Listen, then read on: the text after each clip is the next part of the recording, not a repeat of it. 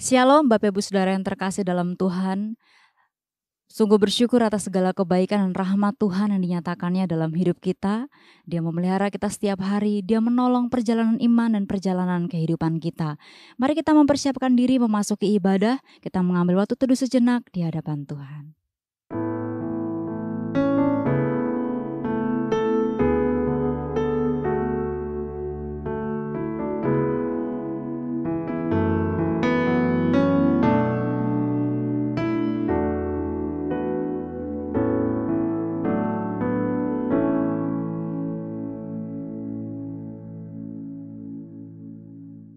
Saat teduh selesai, mari kita berdiri bersama-sama, kita menaikkan pujian dan hormat bagi Bapa Sorga.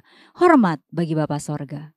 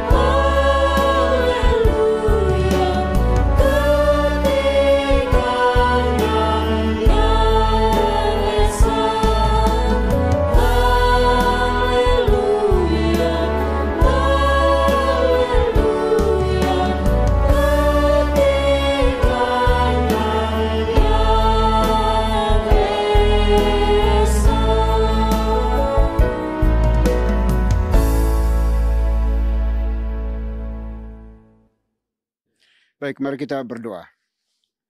Pertolongan kita di dalam ibadah ini, biarlah jadi di dalam nama Bapa, di dalam nama Putra, dan di dalam nama Roh Kudus. Haleluya. Amin. Tuhan kita adalah Tuhan yang mulia, Dia Bapa yang setia. Bersama dengan Dia, kita dapat menikmati ketenangan di dalam jiwa kita. Mari bersama-sama kita menaikkan pujian ini kepada Tuhan. Bapa, Kau setia.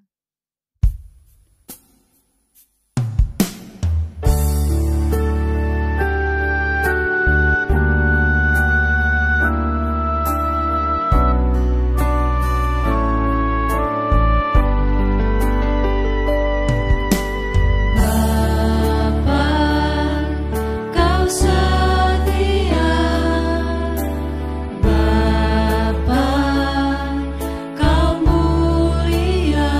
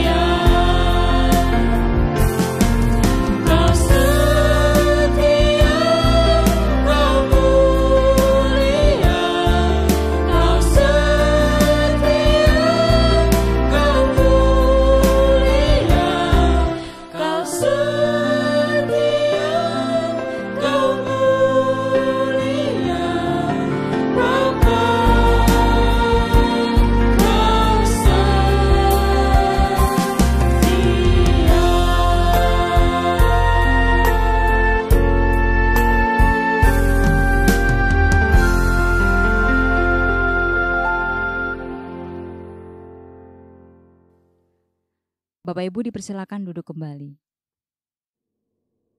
Baik Bapak Ibu Saudara dikasih Tuhan, marilah kita datang kepada Tuhan dengan rasa sesal dan juga dengan rasa malu. Dan dengan segala kerendahan hati kita, mari kita mengakui akan dosa-dosa kita di hadapan Tuhan yang Maha Tahu. Mari kita berdoa.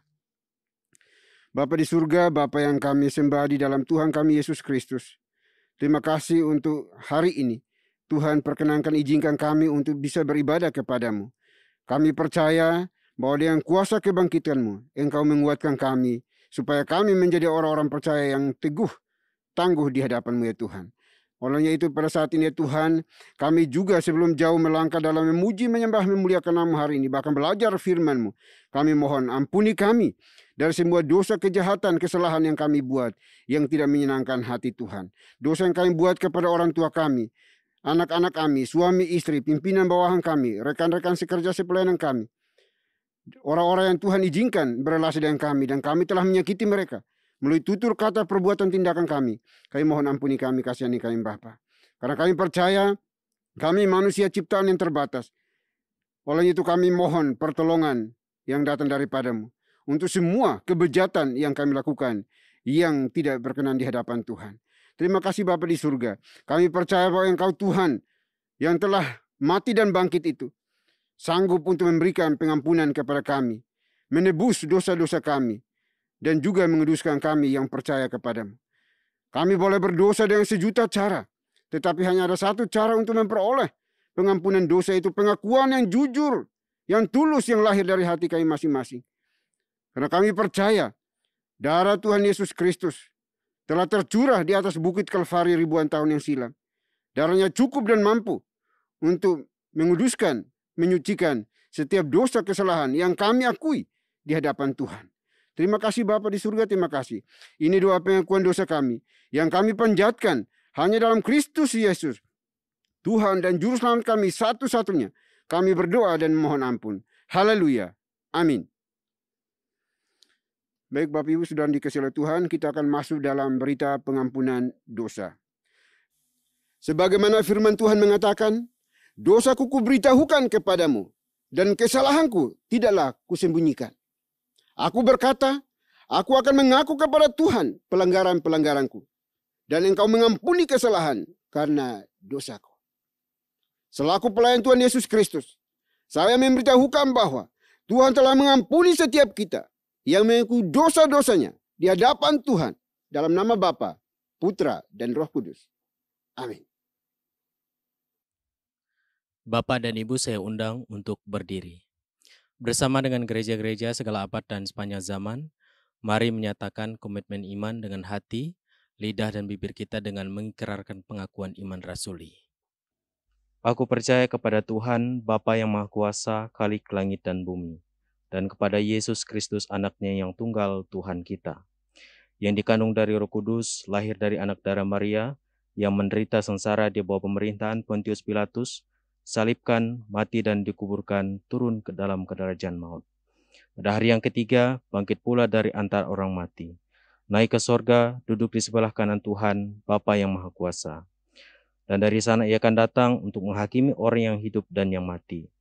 Aku percaya kepada Roh Kudus, gereja yang kudus dan am, persekutuan orang kudus, pengampunan dosa, kebangkitan tubuh, dan hidup yang kekal. Amin. Bapak dan Ibu dipersilahkan duduk kembali. Tuhan adalah sumber damai bagi kita. Dia beserta kita sepanjang jalan hidup kita. Mari bersama-sama kita nyatakan pujian, damai yang Dia berikan. Tuhan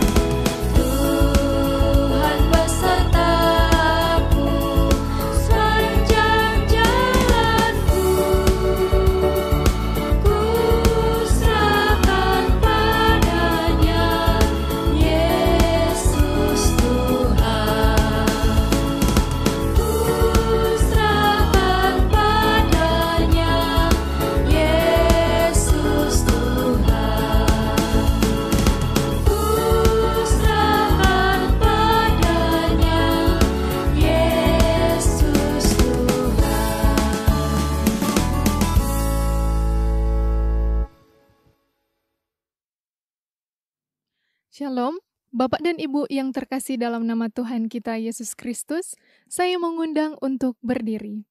Saya akan membawakan Mazmur Tuhan yang diambil dari nomor 92 ayat 6 sampai dengan 11. Betapa besarnya pekerjaan-pekerjaan-Mu ya Tuhan, dan sangat dalamnya rancangan-rancangan-Mu. Orang bodoh tidak akan mengetahui, dan orang bebal tidak akan mengerti hal itu. Apabila orang-orang fasik bertunas seperti tumbuh-tumbuhan, dan orang-orang yang melakukan kejahatan berkembang, ialah supaya mereka dipunahkan untuk selama-lamanya. Tetapi Engkau di tempat yang tinggi untuk selama-lamanya ya Tuhan. Sebab sesungguhnya musuh-Mu ya Tuhan, sebab sesungguhnya musuh-Mu akan binasa. Semua orang yang melakukan kejahatan akan dicerai-beraikan. Tetapi Kau tinggikan tandukku seperti tanduk banteng, aku dituangi dengan minyak baru. Demikianlah Mazmur Tuhan, haleluya, amin. Bapak dan Ibu dipersilakan untuk duduk kembali. Bapak Ibu Saudara yang terkasih, tiba saatnya kita akan mendengarkan firman Tuhan. Mari bersama-sama kita nyanyikan satu pujian, Pribadi yang Mengenal Hatiku.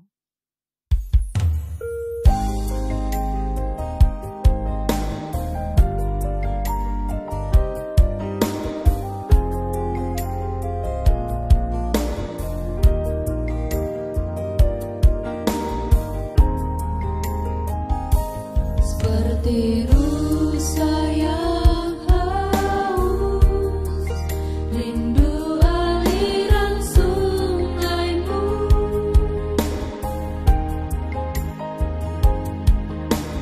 Hatiku tak tahan menunggu-Mu.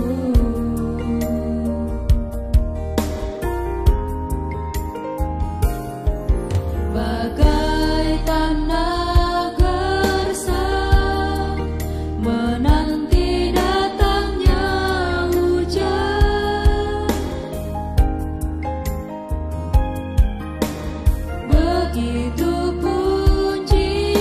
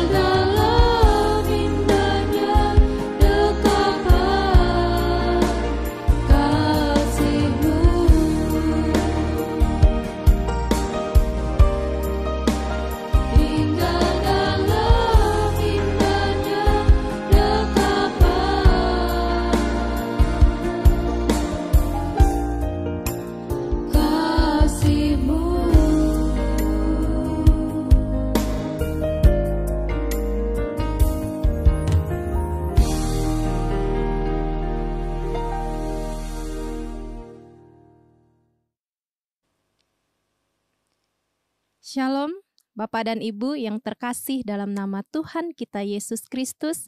Saya mengundang untuk berdiri. Saya akan membacakan firman Tuhan yang diambil dari 2 Korintus pasal 5 ayat 17 sampai dengan 21. Jadi, siapa yang ada di dalam Kristus, ia adalah ciptaan baru. Yang lama sudah berlalu, sesungguhnya yang baru sudah datang. Dan semuanya ini dari Tuhan yang dengan perantaraan Kristus telah mendamaikan kita dengan dirinya dan yang telah mempercayakan pelayanan pendamaian itu kepada kami. Sebab Tuhan mendamaikan dunia dengan dirinya oleh Kristus dengan tidak memperhitungkan pelanggaran mereka. Ia telah mempercayakan berita pendamaian itu kepada kami. Jadi kami ini adalah utusan-utusan Kristus, seakan-akan Tuhan menasihati kamu dengan perantaraan kami. Dalam nama Kristus kami meminta kepadamu, berilah dirimu didamaikan dengan Tuhan. Dia yang tidak mengenal dosa telah dibuatnya menjadi dosa karena kita, supaya dalam Dia kita dibenarkan oleh Tuhan. Demikianlah firman Tuhan. Haleluya, amin. Bapak dan Ibu dipersilahkan untuk duduk kembali. Bapak Ibu Saudara yang dikasihi oleh Tuhan, sebelum kita merenungkan firman Tuhan pada hari ini, marilah kita bersama-sama berdoa untuk memohon berkat dan pimpinan Tuhan. Bapa kami yang di surga, kami mengucap syukur ya Tuhan untuk kebaikan dan kemurahan Tuhan yang telah dilimpahkan dalam kehidupan kami. Sehingga hari ini kami bisa beribadah bersama-sama, dan sekarang tiba waktunya kami akan bersama-sama merenungkan akan firman-Mu ya Tuhan. Urapi kami semua, supaya oleh firman kebenaran yang akan kami dengar bersama-sama hari ini, menjadi berkat, menjadi pedoman dan tuntunan dalam kehidupan kami sehari-hari. Waktu pewartaan firman Tuhan dari awal sampai kepada akhirnya, kami mohon berkat Tuhan, pengurapan roh Tuhan, turun atas kami semua. Kami berdoa memohon semuanya ini, dalam nama Tuhan Yesus Kristus. Amin. Salam Bapak Ibu yang dikasihi oleh Tuhan. Firman Tuhan yang telah kita baca dari 2 Korintus pasal 5 ayat 17 sampai dengan 21 ini. Hari ini kita renungkan di bawah tema menjadi pelayan pendamaian. Nah, Bapak Ibu Saudara yang dikasihi oleh Tuhan, Rasul Paulus ketika menuliskan surat ini dan menyampaikannya kepada umat yang ada di Korintus, ia tidaklah sendirian. Kalau kita membaca di pasal 1 ayat 1, di sana dia juga menyertakan Timotius dalam penyampaian salamnya.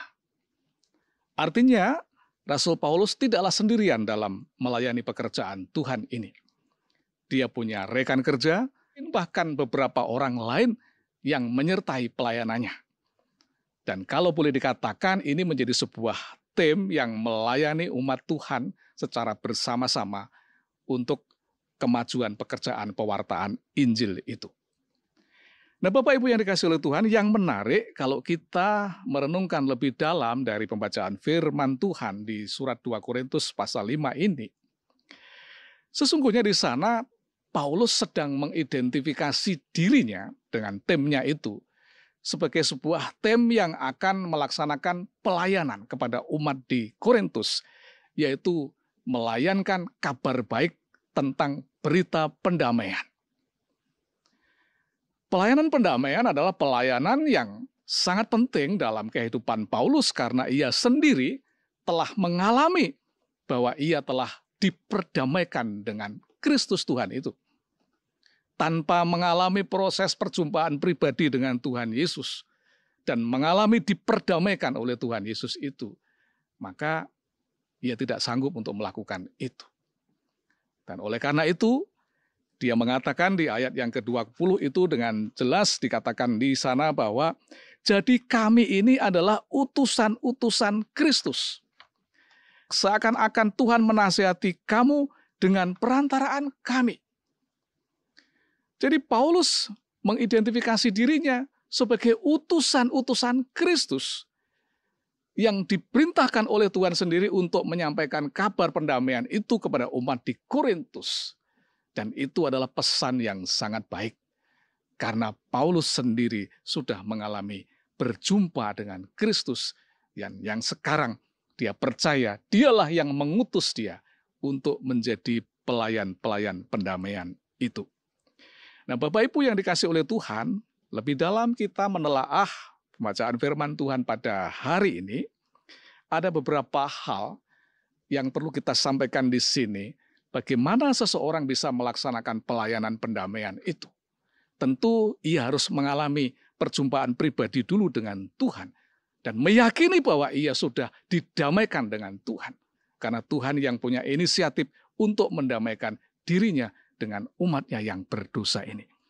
Maka yang pertama yang perlu kita renungkan hari ini adalah sebagaimana dicatat di ayat yang ke-17, di sana dikatakan, jadi siapa yang ada di dalam Kristus, ia adalah ciptaan baru. Inilah dasar utama. Seseorang layak diutus untuk menjadi pelayan pendamaian. Ia harus mengalami secara pribadi perubahan total dalam hidupnya menjadi ciptaan yang baru di dalam Kristus. Ya. Ini menjadi persyaratan yang paling mendasar bagi setiap orang untuk menjadi pelayan pendamaian, yaitu mengalami secara pribadi menjadi ciptaan baru di dalam Tuhan Yesus Kristus. Proses awal ini harus dilewati oleh setiap orang. Karena kita tidak akan bisa melayankan perdamaian kalau kita sendiri belum pernah merasa berdamai dengan Tuhan. Kalau kita masih berseteru dengan Tuhan. Kalau kita masih belum mengenal Tuhan. Kalau kita belum bisa merasakan kuasa pengorbanan Tuhan di atas kayu salib itu. Maka kita tidak bisa untuk bisa melayankan perdamaian itu. Oleh karena itu, Rasul Paulus menegaskan di ayat 17 ini, menjadi landasan utama bagi seseorang untuk bisa menjadi pelayan pendamaian. Ia harus tinggal di dalam Kristus. Dan pernyataan ini juga dibenarkan di Injil Yohanes pasal 15 ayat yang keempat. Di sana firman Tuhan berkata demikian, tinggallah di dalam aku dan aku di dalam kamu. Sama seperti ranting tidak dapat berbuah dari dirinya sendiri kalau ia tidak tinggal pada pokok anggur. Demikian juga kamu tidak berbuah jikalau kamu tidak tinggal di dalam aku. Menjadi ciptaan yang baru didasarkan pada firman ini, ia harus tinggal di dalam Kristus. Dan analogi firman yang ada di Yohanes 15 ayat 4 ini diibaratkan seperti ranting. Ia harus melekat pada pokok anggur itu. Supaya dari proses melekat ini ada asupan yang mengalir kepada ranting itu. Sehingga ranting itu bisa menghasilkan buah. Artinya Bapak Ibu yang dikasihi oleh Tuhan. Seseorang akan bisa mengalami perubahan dalam hidupnya menjadi seorang yang baru di dalam Tuhan. Ketika ia benar-benar hidup di dalam Tuhan. Tinggal di dalam areanya Tuhan. Yaitu area kekudusan Tuhan itu. Dan disitulah proses awal untuk manusia bisa mengalami pembaharuan di dalam hidupnya. Masih di dalam Injil Yohanes pasal 15 di ayat yang ke-10 dikatakan di sana, jikalau kamu menuruti perintahku, kamu akan tinggal di dalam kasihku. Seperti aku menuruti perintah Bapakku dan tinggal di dalam kasihnya. Tidak hanya tinggal, tetapi ada tindakan yang lebih lanjut bagi seseorang untuk proses menjadi manusia baru di situ. Yaitu ia harus menaati firman-Nya Kristus. Tuhan Yesus sendiri menyatakan, sama seperti aku menuruti perintah Bapakku dan tinggal di dalam kasih-Nya. Begitu juga setiap kita, Bapak, Ibu, Saudara, jika kita ingin dibaharui menjadi ciptaan baru, kita mesti harus tinggal di dalam Kristus, mentaati firman Kristus, melaksanakan seluruh firman itu. Sehingga itulah yang bisa mengubah sikap hidup dan perilaku hidup kita menjadi orang-orang yang dibaharui di dalam Tuhan.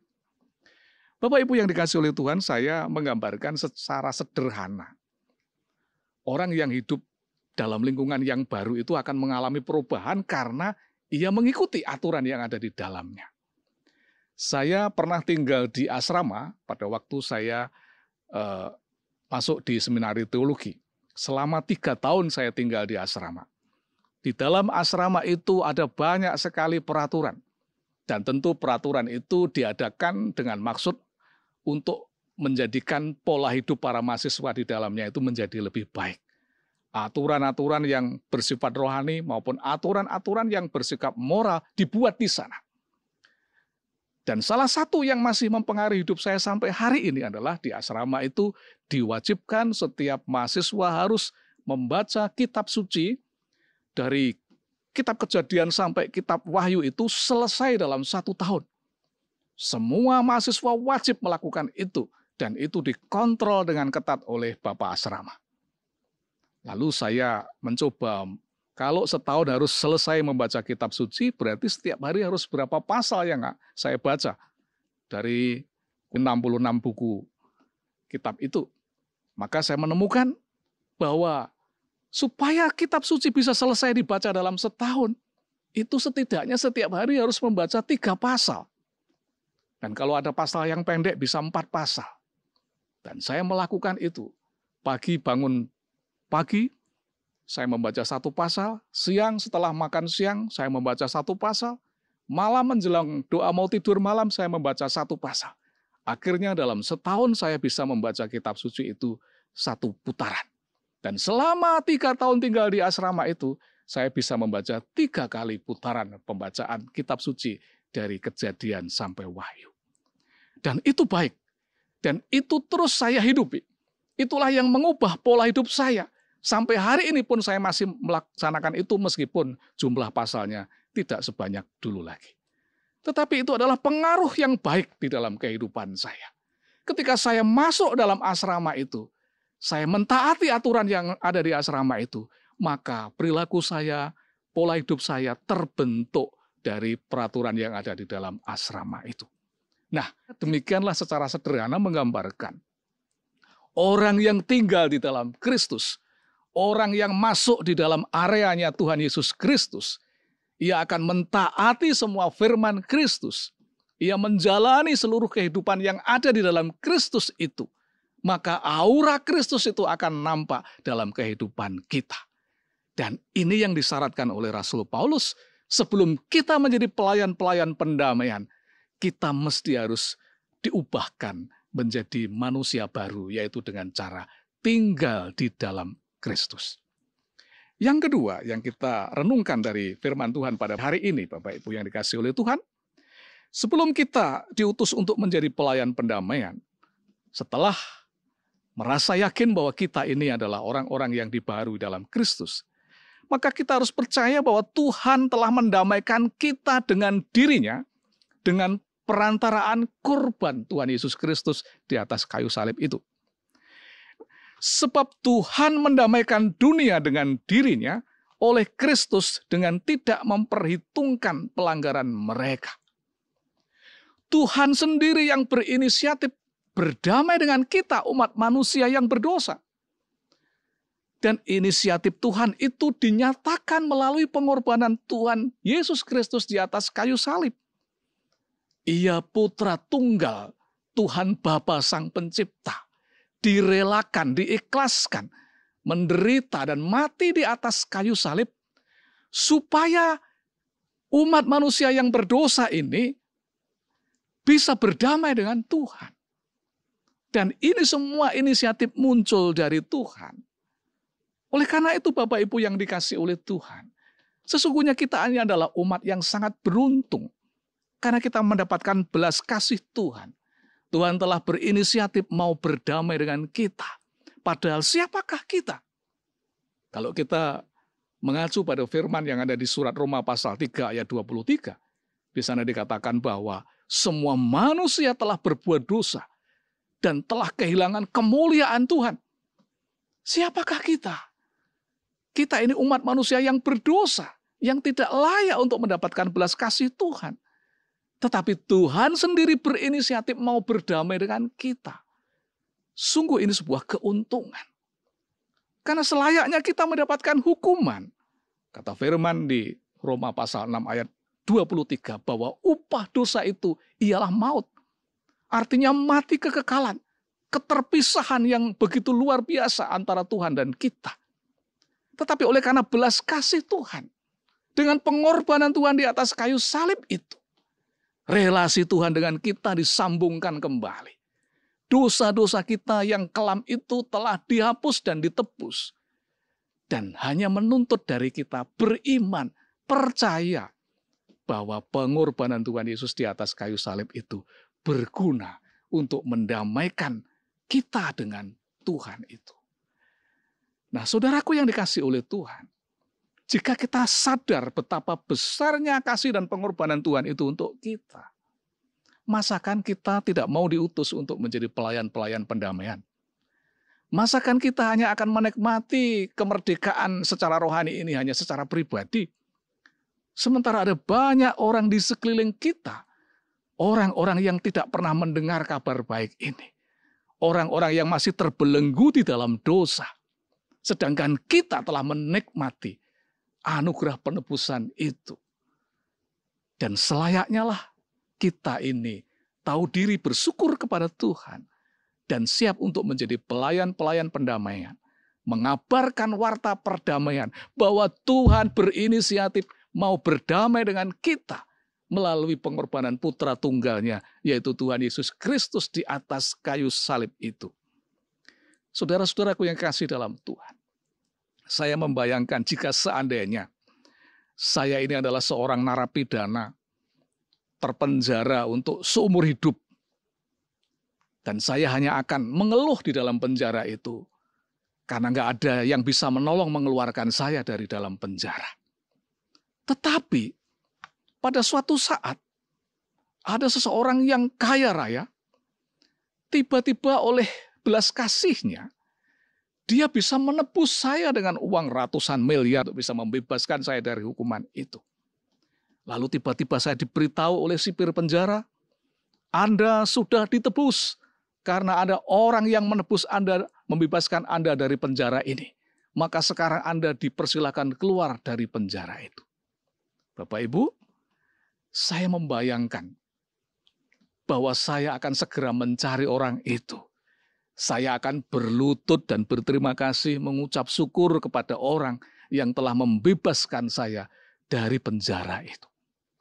Nah, demikianlah kira-kira Bapak Ibu secara sederhana kita menggambarkan betapa dahsyatnya korban Tuhan Yesus di atas kayu salib itu ketika menebus kita dari dosa-dosa kita. Lalu apa yang akan kita lakukan setelah kita mengalami pendamaian dengan Tuhan itu? Tidakkah kita akan secepat kilat untuk segera berkomitmen? Tuhan, saya ingin menjadi pelayan pendamaian. Karena masih ada orang-orang di sekeliling saya yang belum pernah mendengar berita pendamaian seperti ini. Nah, itulah Bapak Ibu yang diwartakan oleh Rasul Paulus, khususnya kepada umat Tuhan yang ada di Korintus ini. Bahwa oleh sebab Tuhan mendamaikan dunia dengan dirinya oleh Kristus dengan tidak memperhitungkan pelanggaran mereka. Tuhan tidak memandang lagi dosa-dosa kita. Tetapi demi kasih-Nya, Ia menebus kita dari belenggu yang membuat kita mengalami kematian kekal itu. Dan dibebaskan untuk mendapatkan kasih karunia Tuhan. Maka sepatutnya kita mengucap syukur kepada Tuhan dengan menyediakan diri menjadi pelayan-pelayan pendamaian itu. Yang ketiga yang kita pelajari dari pembacaan firman Tuhan pada hari ini adalah bahwa kita harus siap diutus untuk menjadi pelayan pendamaian itu. Sekali lagi di ayat 20 itu saya baca, jadi kami ini adalah utusan-utusan Kristus. Paulus mengklaim dirinya adalah utusan-utusan Kristus. Setelah ia merasa berjumpa dengan Kristus dan dia merasa telah hidup baru di dalam Tuhan, dia meyakini korban Kristus itulah yang membebaskan hidupnya dari belenggu dosa. Maka dengan kesadarannya sendiri, Paulus menyatakan, Kami ini adalah utusan-utusan Kristus. Kami ini adalah agen-agen perdamaian dari Kristus. Dan sejak itulah Paulus memberitakan Injil di berbagai tempat dan wilayah. Yang mengabarkan korban Kristus itu adalah jaminan penebusan atas kita. Cara Tuhan mendamaikan dirinya dengan umat manusia yang berdosa. Paulus mempertegas itu di ayat 20 ini dengan mengatakan, kami ini adalah utusan-utusan Kristus itu sendiri. Sebab Tuhan telah bermurah hati dengan berdamai dengan kita orang berdosa, maka tugas kita adalah pergi mewartakan atau memberitahukan serta mengajak semua orang berdosa agar mereka pun mau diperdamaikan dengan Tuhan Yesus Kristus itu. Bapak Ibu yang dikasihi oleh Tuhan, kita meyakini akan kebenaran firman ini. Kita patut mengucap syukur bahwa oleh kasih karunia Tuhan, kita telah didamaikan dengan Dia. Dan ketika kita meyakini kita telah didamaikan dengan Dia, maka rasa syukur kita harus kita ungkapkan dengan menyediakan diri menjadi pelayan-pelayan pendamaian itu. Menyediakan diri untuk diutus menjadi pemberita-pemberita perdamaian itu di lingkungan kita, di komunitas di mana kita ada, di kantor, di rumah, bahkan di lingkungan sosial di mana Tuhan menempatkan dan mengutus kita. Kita harus menjadi agen-agen perdamaian itu. Jangan sebaliknya, menjadi orang yang ketika datang dalam komunitas justru diberi stigma sebagai troublemaker. Tetapi orang beriman, orang yang telah mengalami pendamaian dengan Kristus, kita harus membawa aura Kristus dimanapun kita berada. Memancarkan aura perdamaian. Supaya orang-orang di sekeliling kita bisa kita bawa dalam pengenalan akan Tuhan itu. Saya menutup renungan pada hari ini dengan mengutip firman Tuhan yang ada di kitab Yesaya pasal 52 ayat 7 yang berkata demikian. Betapa indahnya kelihatan dari puncak bukit-bukit kedatangan pembawa berita yang mengabarkan berita damai dan memberitakan kabar baik yang mengabarkan berita selamat. Betapa indahnya jika setiap kita, kemanapun kita pergi, kita sebagai pemberita-pemberita kabar baik, sebagai pembawa kabar perdamaian, dan sebagai agen-agen Kristus yang mengabarkan damai dan sukacita itu. Tuhan memberkati kita semuanya. Amin. Mari kita berdoa. Bapa di surga, kami mengucap syukur untuk hari ini kami boleh merenungkan firman Tuhan. Tuhan telah berinisiatif berdamai dengan kami, orang yang berdosa ini, dengan mengorbankan putra-Mu yang tunggal, yaitu Tuhan Yesus Kristus, dengan mati di atas kayu salib dan dibangkitkan. Keyakinan akan peristiwa itulah yang membawa kami kepada perubahan hidup kami, bahwa kami telah didamaikan dengan Tuhan. Dan kami mengucap syukur atas berkat ini ya Tuhan. Oleh karena itu ajar kami semua umat-Mu merespon akan anugerah yang besar ini dengan siap untuk dipakai menjadi alat di tangan Tuhan, yaitu sebagai juru damai, sebagai pembawa kabar damai, dan sebagai agen-agen perdamaian di tengah-tengah dunia ini. Terima kasih ya Tuhan. Kami berdoa dan mengucap syukur dalam nama Tuhan Yesus Kristus. Amin. Bapak Ibu Saudara yang terkasih, Tuhan telah memberikan segala yang terbaik dalam hidup kita. Dalam ibadah hari ini kita juga diberikan kesempatan untuk memberikan persembahan yang terbaik bagi Tuhan. Persembahan dapat diberikan melalui nomor rekening atau QR yang tertera di layar atas nama Yayasan Moriah. Mari bersama-sama kita nyanyikan pujian Bila Topan Keras Melanda Hidupmu.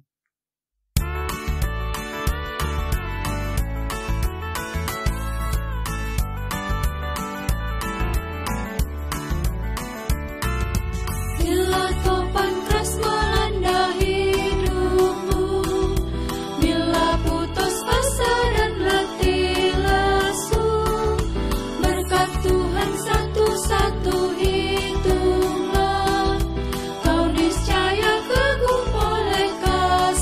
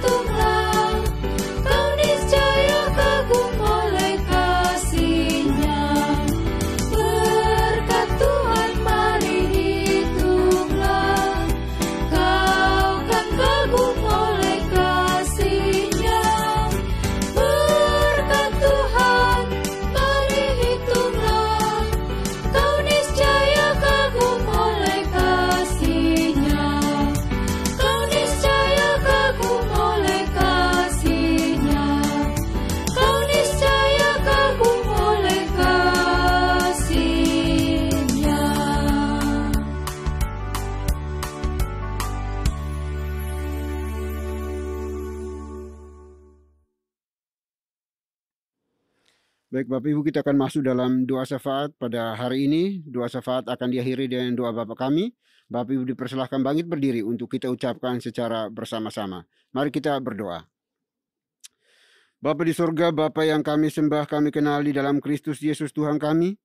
Kembali kami mengucap syukur dan terima kasih ya Tuhan, untuk anugerah cinta kasih-Mu bagi kami semuanya. Sehingga sampai hari ini kami masih hidup bernapas. Itu semua karena kebaikan Tuhan bagi kami. Oleh itu berkati anak-Mu dalam kehidupan pribadi, pekerjaan pelayanannya, rumah tangganya. Tuhanlah yang buat menjadi berhasil. Terima kasih Bapa di surga. Kami juga berdoa pada hari ini ya Tuhan, menyerahkan seluruh anggota gereja ke dalam tangan kasih-Mu. Tuhan berkati mereka masing-masing pribadi. Bangkitkan semangat hidup mereka, harapan hidup mereka, untuk terus bersandar bergantung hanya kepada Tuhan. Karena kami percaya Tuhan tidak pernah meninggalkan mereka dalam pergumulan mereka, baik makan, minum, pakai, tempat tinggal mereka. Tuhan sendiri akan menyediakan bagi mereka. Terima kasih Bapa di surga. Kami juga berdoa untuk hubungan suami istri, anak-anak. Juga Tuhan berkati, nyatakan kuasa kebangkitan-Mu bagi mereka, supaya mereka hidup penuh dengan keharmonisan karena Kristus ada di dalam hidup mereka. Kami juga berdoa bagi mereka yang mengalami kelemahan fisik, kelemahan tubuh. Tuhan tolong urapi mereka, pulihkan, sentuh mereka, sembuhkan mereka dengan cinta kasih-Mu. Berdoa juga bagi mereka yang membutuhkan pekerjaan, Tuhan berikan pekerjaan bagi mereka. Berdoa bagi mereka yang sudah bekerja, Tuhan berkati pekerjaan mereka semakin melimpah lagi. Dan kami juga berdoa bagi setiap mereka yang masih dalam studi, juga Tuhan berkati studi mereka, agar mereka belum menjadi anak-anak yang berhikmat, cerdas, pintar, mewarnai dunia pendidikan masa kini ya Tuhan. Terima kasih Bapa di surga, terima kasih. Kami juga berdoa ya Bapa pada saat ini untuk seluruh pengurus gereja, pastor, guru Injil, penatua diakan, aktivis gereja ini Tuhan berkati. Di berbagai pelosok negeri ini Tuhan jamah, kuatkan dan berkati kami.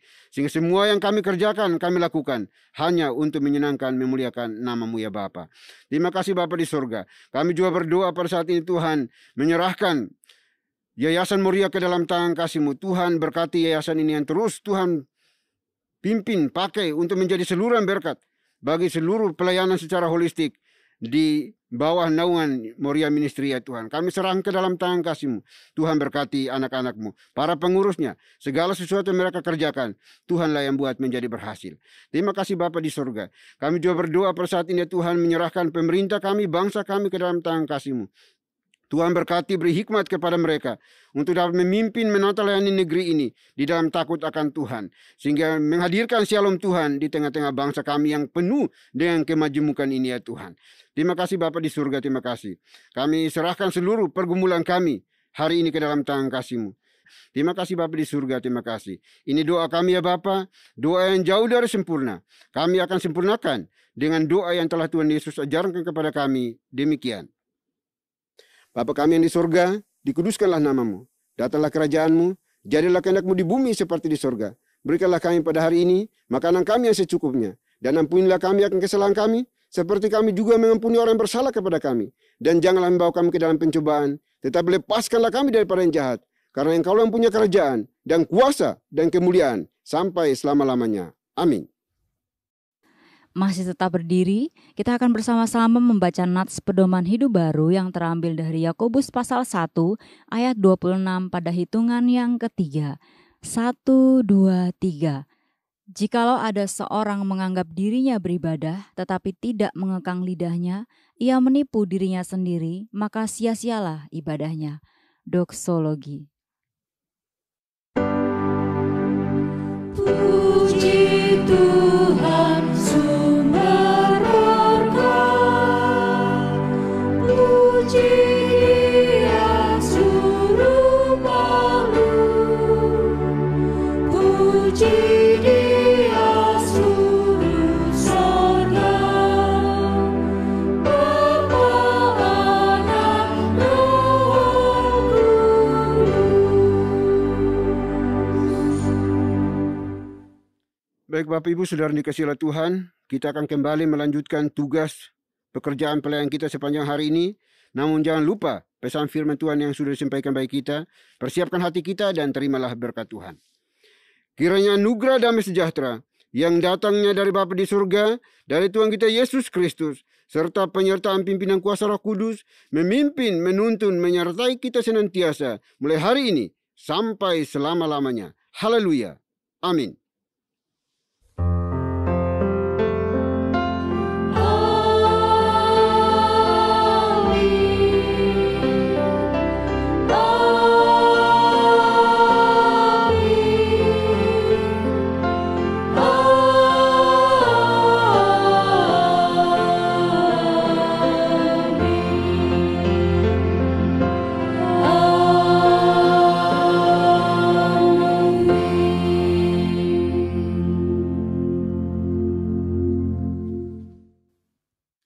Bapak Ibu Saudara yang terkasih, ibadah pada hari ini telah selesai. Bapak Ibu dipersilakan duduk kembali dan mengambil saat teduh. Tuhan Yesus memberkati.